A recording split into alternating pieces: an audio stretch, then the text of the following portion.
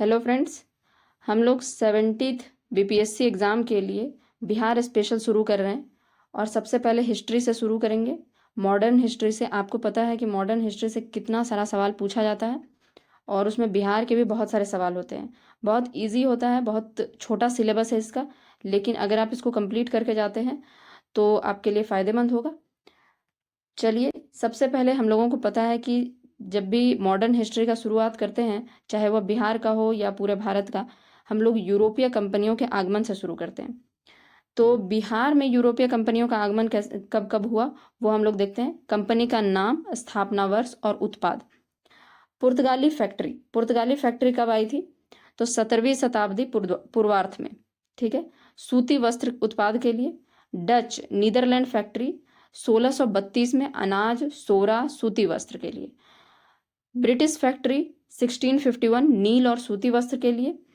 Dane factory 1774 सूती वस्त्र के लिए। देखिए, सूती वस्त्र सो सब में है, ठीक है, लेकिन आपको कुछ कुछ में याद रखना है। जैसे डच जो है वो अनाज के लिए, ब्रिटिश फैक्ट्री नील के लिए, यह आपको याद रखना है। डच जो है अनाज और सोरा के लिए, ठीक है। और आपको उत्पाद से ज़्यादा स्थापना वर्ष याद रखना है। 17वीं सदी पूर्वार्ध में पुर्तगाली factory, Dutch factory 1632, British factory 1651, Dane factory 1774। ठीक है। चलिए अगला देखते हैं, प्रमुख जनजातीय विद्रोह। आपको पता है कि ये जो टॉपिक है ये कितना इंपॉर्टेंट टॉपिक है कि इससे आपके हर एग्जाम में आपसे सवाल पूछा ही जाता है, चाहे बीपीएससी का कोई भी एग्जाम हो। ठीक है। तो सबसे पहला विद्रोह कौन सा था? नूनिया विद्रोह। ठीक है। तो यह कब हुआ है? 1770 से लेके 1800 तक, यानी 1770 से लेकर 1770 से लेकर 1800 ईस्वी तक। नूनिया विद्रोह बिहार के मुख्य सोडा उत्पादक केंद्र हाजीपुर, तिरहुत, सारण, पूर्णिया। तो देखिए हाजीपुर, इसमें आपको हाजीपुर, तिरहुत, सारण, पूर्णिया ये सब एरिया आपको याद रखना है। नूनिया विद्रोह किस कारण हुआ था? तो इसका मुख्य जो उत्पादक क्षेत्र था, सोडा उत्पादक क्षेत्र, वहां पर हुआ था। यह कौन कौन सा है? हाजीपुर, तिरहुत, सारण और पूर्णिया।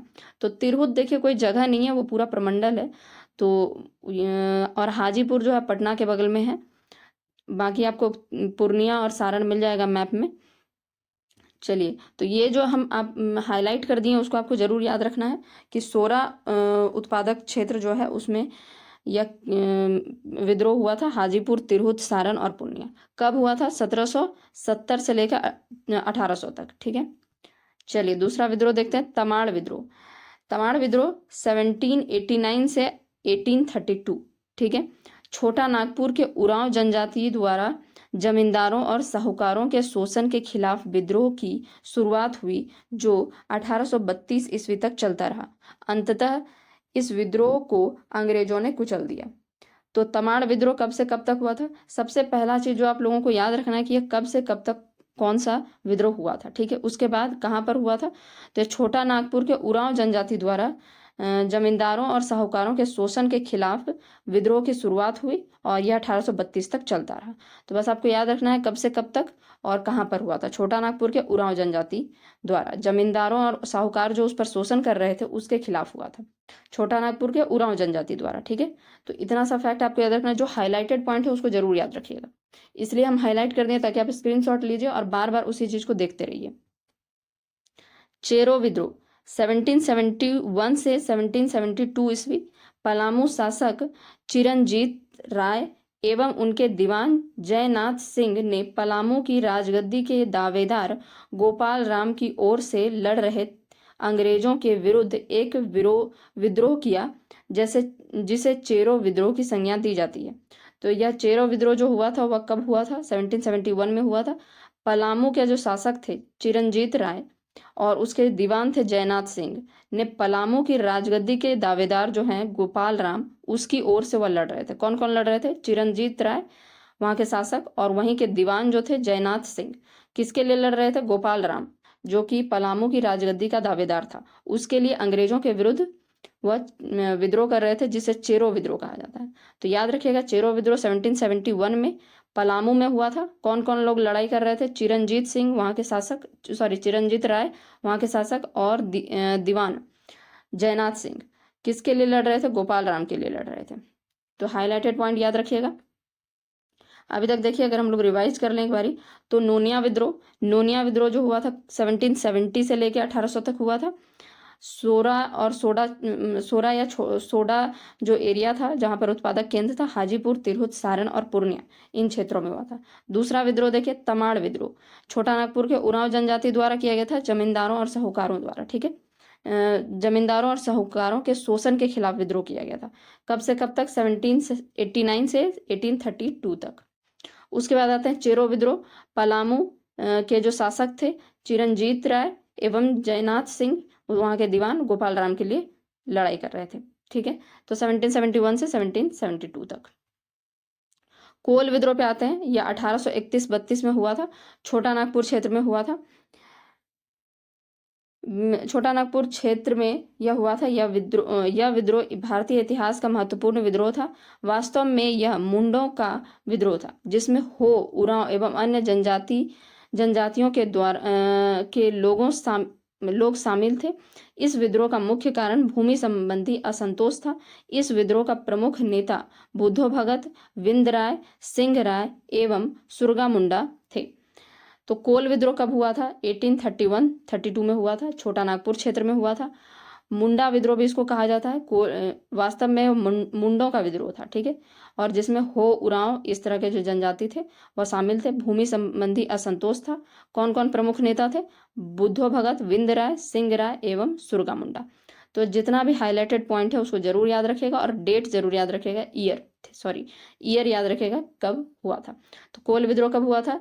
1831 में, छोटा नागपुर क्षेत्र में मुंडों द्वारा विद्रोह किया गया था। हो, उरांव भी इसमें शामिल थे। भूमि संबंधी असंतोष था। प्रमुख नेता थे बुद्धो भगत, विंद राय, सिंह राय, सुरगा मुंडा। ठीक है, अगला विद्रोह देखते हैं, भूमिज विद्रोह। यह भी 32-33 में, मतलब कि कोल विद्रोह के बाद ही हुआ था। 31 में देखिए कोल विद्रोह हुआ था, 32 में हुआ भूमिज यह विद्रोह जो था बीरभूम के जमींदार गंगा नारायण सिंह के नेतृत्व में किया गया। ठीक है, तो यह विद्रोह किसके नेतृत्व में किया गया? तो वीरभूम के जो जमींदार थे गंगा नारायण सिंह, उनके नेतृत्व में किया गया। यह विद्रोह का कारण ब्रिटिश सरकार की शोषणकारी लगान व्यवस्था थी। इसका प्रभाव बीरभूम एवं सिंहभूम के क्षेत्र में हुआ। तो भूमिज विद्रोह याद रखिएगा कि यह गंगा नारायण के नेतृत्व में किया गया था। पूछा जाएगा आपसे, वीरभूम के जमींदार थे गंगा नारायण सिंह। और किस किस क्षेत्र पर प्रभाव पड़ा? वीरभूम और सिंहभूम क्षेत्र में। संथाल विद्रोह देखते हैं। यह जो विद्रोह था यह 1855-56 में हुआ था। और यह आपसे पूछा जा सकता है कि सन 57 की क्रांति जो हुई थी उसके जस्ट पहले कौन सा विद्रोह हुआ था? तो यह सवाल पूछा जाता है। यह संथाल विद्रोह था। ठीक है, संथाल आदिवासियों का यह विद्रोह भागलपुर जिला के राजमहल के भगनाडीह से 30 जून 1855 को प्रारंभ हुआ। तो याद रखिएगा, भागलपुर जिला, वहां पर एक राजमहल नाम का जगह है भागलपुर जिला में ही, वहीं पर भगनाडीह से शुरू हुआ था। ठीक ना, भगनाडीह होना चाहिए, लेकिन यहाँ भगनीडीह लिख दिया है तो गलत लिखा हुआ, भगनाडीह होना चाहिए। कब से हुआ था शुरू? तो 30 जून 1855 से यह शुरू हुआ था। संथाल विद्रोह के प्रभाव क्षेत्र पश्चिम बंगाल के वर्धमान से लेकर बिहार के भागलपुर तक था। ठीक है, संथाल विद्रोह का प्रभाव क्षेत्र था पश्चिम बंगाल के वर्धमान से लेकर बिहार के भागलपुर तक था। इस विद्रोह के नेता सिद्धो, कान्हो, चांद और भैरव थे। ये चारों सहोदर भाई थे। इस विद्रोह का दमन कैप्टन अलेक्जेंडर एवं लेफ्टिनेंट थॉमसन ने किया था। तो क्या क्या चीज आपको याद रखना है? संथाल विद्रोह कब हुआ था? या सन 57 की क्रांति से 1857 का जो क्रांति था उससे थोड़ा ही पहले हुआ था, यानी 1855-56 में। ठीक है, भागलपुर जिला के राजमहल के भगनाडीह से शुरू हुआ था 30 जून 1855 को। और यह इसका प्रभाव क्षेत्र कहाँ से कहाँ तक रहा था? पश्चिम बंगाल के बर्धमान से लेकर बिहार के भागलपुर तक। तो जान ही रहे, भागलपुर से शुरू हुआ था। संथाल आदिवासी वहीं के थे। तो यह भागलपुर से लेकर बर्धमान तक, पश्चिम बंगाल के बर्धमान तक रहा था। ठीक है, इसके प्रमुख नेता कौन थे? ये 4 लोग थे, सिद्धो, कान्हो, चांद और भैरव। ठीक है, और इस विद्रोह का दमन किसने किया? तो कैप्टन अलेक्जेंडर और लेफ्टिनेंट थॉमसन ने किया था। यह सारा फैक्ट जो हाईलाइट किया गया है इसको बार बार आप देखते रहिए और पढ़ते रहिए। ठीक है, चलिए अगला देखते हैं, लोटा विद्रोह। लोटा विद्रोह में देखिए कुछ मुख्य बातें हैं। लोटा विद्रोह 1856 में हुआ। ठीक है, यह विद्रोह यह विद्रोह 1857 की क्रांति के 1 साल पूर्व हुआ। तो देख लीजिए, संथाल विद्रोह भी 2 साल पहले हुआ था 55 में, 56 में हुआ लोटा विद्रोह। दोनों में से कोई भी ऑप्शन में दिया जा सकता है। मोस्टली देखिए संथाल विद्रोह ही दिया जाता है कि 1857 की क्रांति से पहले कौन सा विद्रोह हुआ था, लेकिन क्वेश्चन टफ करेगा तो लोटा विद्रोह भी दे सकता है। ठीक है, संथाल विद्रोह का तो बहुत लोगों को पता भी रहता है, लेकिन लोटा विद्रोह याद नहीं रहेगा। तो 1856 में हुआ था, यानी 1857 के क्रांति से 1 साल पहले मुजफ्फरपुर जेल में वहां के कैदियों द्वारा लोटा के लिए किया गया था। तो क्या था यह कहानी था कि देखिए वहां पर प्रत्येक कैदी को पीतल का लोटा दिया जाता था, लेकिन सरकार ने निर्णय लिया कि पीतल की जगह मिट्टी के बर्तन दिए जाएंगे। इसके बाद वहां के कैदियों ने विद्रोह कर दिया। इसे लोटा विद्रोह के नाम से जाना जाता है। ठीक है, तो एकदम बहुत सिंपल सा विद्रोह है कि लोटा विद्रोह लोटा से रिलेटेड था। वहां के जेल के कैदियों को पीतल का लोटा दिया जाता था, लेकिन मिट्टी का बर्तन दिया जाने लगा, इसलिए वहां के कैदियों ने विद्रोह कर दिया। ठीक है, और यह कहाँ पर हुआ था? मुजफ्फरपुर जेल के कैदियों द्वारा किया गया था 1856 में। तो चलिए एक बार फिर से रिवाइज कर लेते हैं जो हम लोग अभी तक पढ़े हैं। नूनिया विद्रोह देखिए 1770 से लेकर 1800 तक हुआ था। सोडा और सोरा जो क्षेत्र था, उत्पादक क्षेत्र, हाजीपुर, तिरहुत, सारण, पूर्णिया। ठीक है, चारों क्षेत्र याद रखिएगा। हाजीपुर, तिरहुत प्रमंडल है, ठीक है, सारण और पूर्णिया, ये सारे क्षेत्र में हुआ था। उसका तमाड़ विद्रोह जो था वह 1789 से 1832 यानी 1832 तक हुआ था। हमको थोड़ा सा हिंदी में बोलने में दिक्कत होता है ईयर, ठीक है, तो वो आप लोग थोड़ा सा कॉम्प्रोमाइज़ कर लीजिएगा। 1789 से 1832 ईस्वी। ठीक है, छोटा नागपुर के उरांव जनजाति द्वारा किया गया था। उरांव जनजाति के जमींदार और साहूकार जो वो लोग जो शोषण कर रहे थे उसके खिलाफ हुआ था, तो याद रहेगा छोटा नागपुर के उरांव जनजाति। ठीक है, अगला देखते हैं चेरो विद्रोह 1771 से 1772 तक। पलामू शासक चिरंजीत राय एवं उनके दीवान जयनाथ सिंह पलामू के जो गोपाल राम राजगद्दी पर बैठने वाले थे उनके लिए वो लड़ रहे थे। ठीक है, चिरंजीत राय और उनके वहाँ के दीवान जयनाथ सिंह, यह पलामू में हुआ था। कोल विद्रोह कब हुआ था? 1831 में, छोटा नागपुर क्षेत्र में। मुंडा विद्रोह भी इसको कहा जाता है, हो और उरांव जनजातियों द्वारा किया गया था, भूमि संबंधी असंतोष।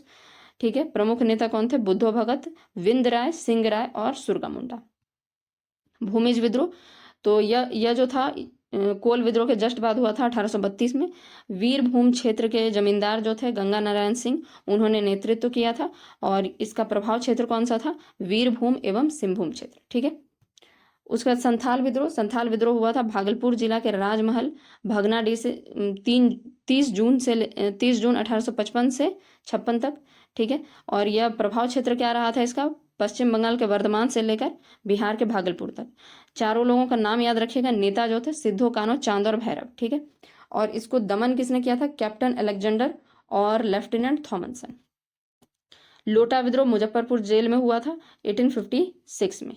चलिए मुंडा विद्रोह देखते हैं। मुंडा विद्रोह यह लास्ट में हुआ था, मतलब कि 1899 लास्ट में, मतलब कि 19वीं सदी के लास्ट में। ठीक है, तो 1899 से लेकर 1900 तक में हुआ था। इस आंदोलन का मुख्य प्रवर्तक बिरसा मुंडा था।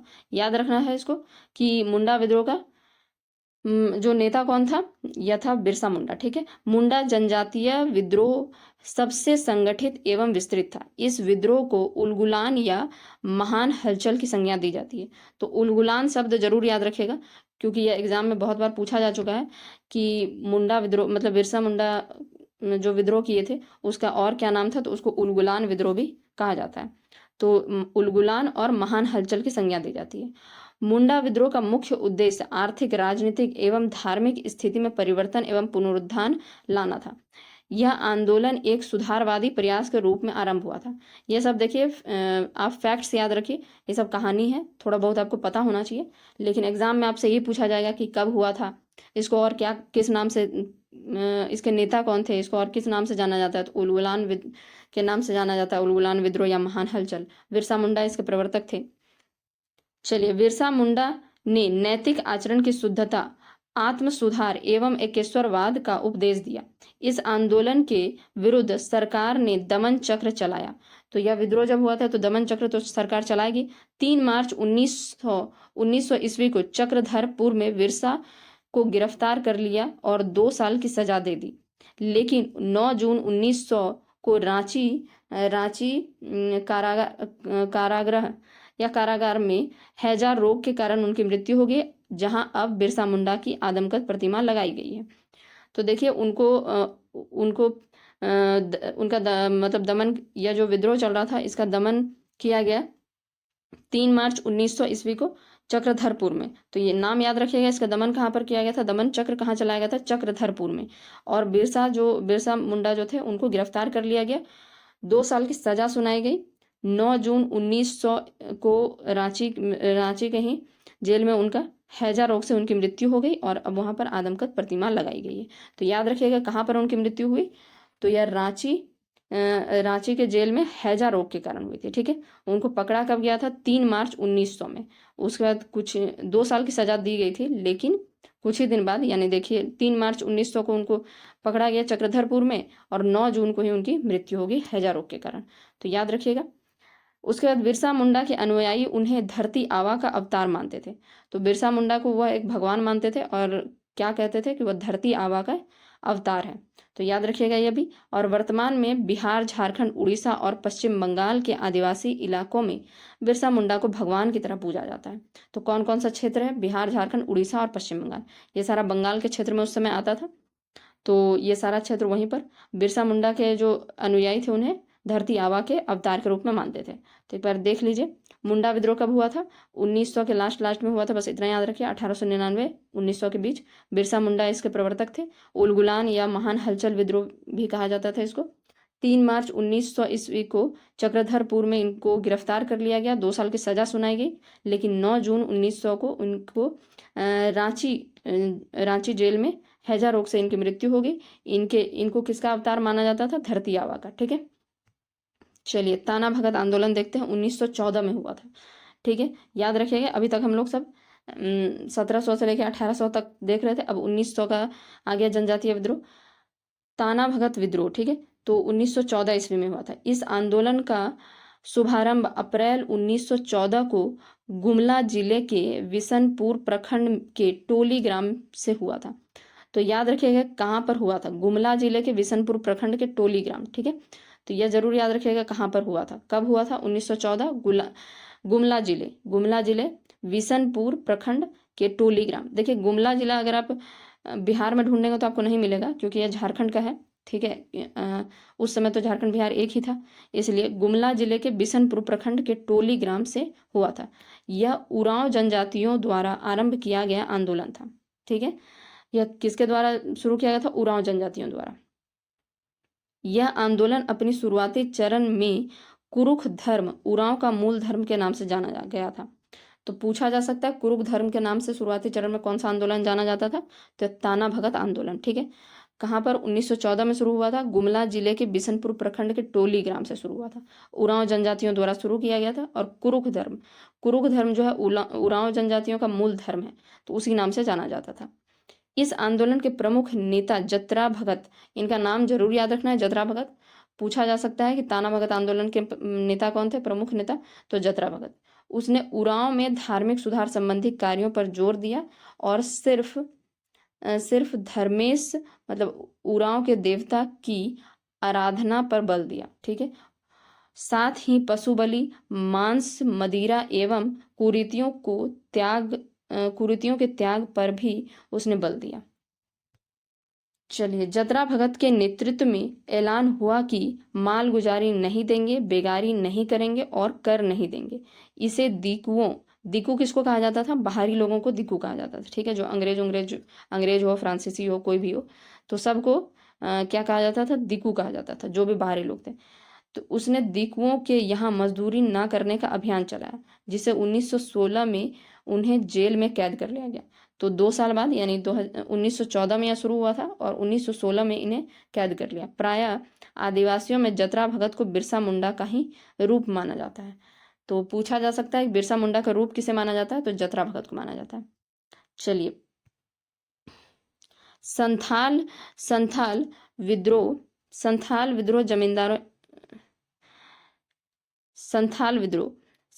विद्रोह जमींदारों एवं साहूकारों के खिलाफ विद्रोह था। संख्यात्मक रूप से बिहार की सबसे बड़ी अनुसूचित जनजाति संथालों की थी।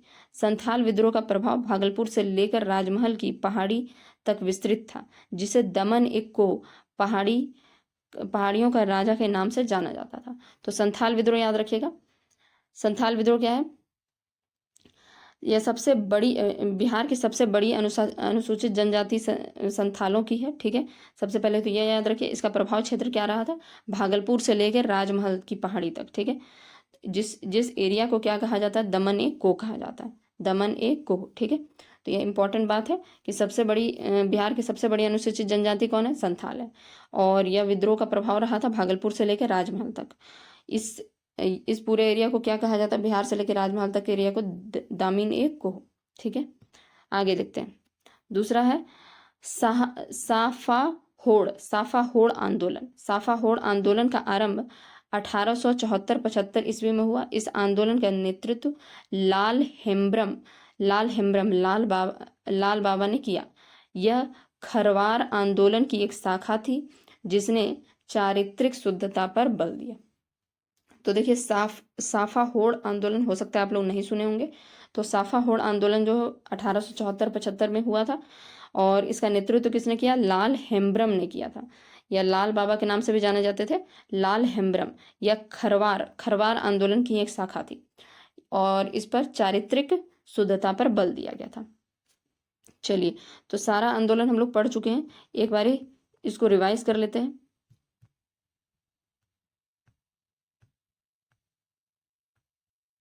नोनिया विद्रोह, देखिए नोनिया विद्रोह सोरा और सोडा वाले क्षेत्र में हुआ था, ये आपको पता है, हाजीपुर, तिरहुत, सारण, पूर्णिया। ठीक है, हम लोग रिवाइज कर चुके हैं। तमाड़ विद्रोह 1889 से 1832 छोटा नागपुर के उरांव जनजातियों द्वारा जमींदारों एवं साहूकारों के शोषण के खिलाफ किया गया था। उसका चेरो विद्रोह पलामू के शासक जो थे चिरंजीत सिंह एवं और उसके दीवान जो थे जयनाथ सिंह गोपाल राम के लिए लड़ रहे थे, क्योंकि वह राजगद्दी के दावेदार थे। कोल विद्रोह 1831-32 में छोटा नागपुर क्षेत्र में हुआ। मुंडा विद्रोह था, मतलब मुंडों का विद्रोह था यह। हो और उरांव जनजाति भी शामिल थी। बुद्धो भगत, विंद राय, सिंह राय और सुरगा मुंडा, यह सब उसमें शामिल थे, मतलब प्रमुख नेता थे उसके। उसका बाद भूमिज विद्रोह, यह बीरभूम के जो जमींदार थे गंगा नारायण सिंह, उनके नेतृत्व में किया गया। और बीरभूम और सिंहभूम क्षेत्र जितना भी है वह सब प्रभाव क्षेत्र था। 1832-33 में किया गया था। संथाल विद्रोह 1855-56 में किया गया। भागलपुर जिला के राजमहल के भगनाडीह को 30 जून 1855 को प्रारंभ हुआ। संथाल विद्रोह का प्रभाव क्षेत्र पश्चिम बंगाल के वर्धमान से लेकर बिहार के भागलपुर तक रहा। इस विद्रोह का नेता जो था सिद्धो कान्हो चांद और भैरव था। इसको दमन किसने किया? तो कैप्टन अलेक्जेंडर और कैप्टन थॉमसन ने, लेफ्टिनेंट थॉमसन ने। लोटा विद्रोह मुजफ्फरपुर में हुआ था। ठीक है, 1856 में मुजफ्फरपुर जेल में पीतल का लोटा नहीं दिया था इसलिए। उसके बाद मुंडा विद्रोह जो था, इसके प्रवर्तक कौन थे? बिरसा मुंडा थे। 1899-1900 में शुरू हुआ था। उलगुलान या महान हलचल के भी इसको संज्ञा दिया जाता है। 3 मार्च 1900 ईस्वी को चक्रधरपुर में बिरसा मुंडा को गिरफ्तार कर लिया, 2 साल की सजा सुनाई। 9 जून 1900 में रांची जेल में हैजा रोग से उनकी मृत्यु हो गई। इनको धरती आबा का अवतार माना जाता था। बिहार, झारखंड, उड़ीसा, पश्चिम बंगाल में इन्हें भगवान की तरह पूजा जाता है।